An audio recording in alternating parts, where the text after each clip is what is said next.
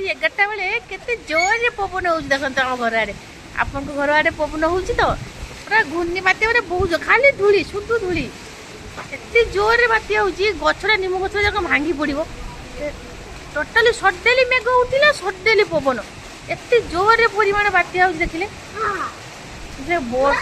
totally वर्षा ना शुद्ध पवन एत जोर पवन आ पूरा सब क्या उड़ी नहीं जहाँ कुटा आदि पूरा उड़ी लिया रे हाँ हाँ हाँ तो इस केते जोर निम गछटा उड़ुची गछ जाक भांगी जीव पूरा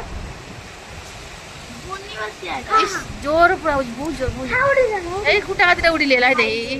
अंधार देखा जाऊनी कुटा आदि उड़ी नहीं गला उड़िले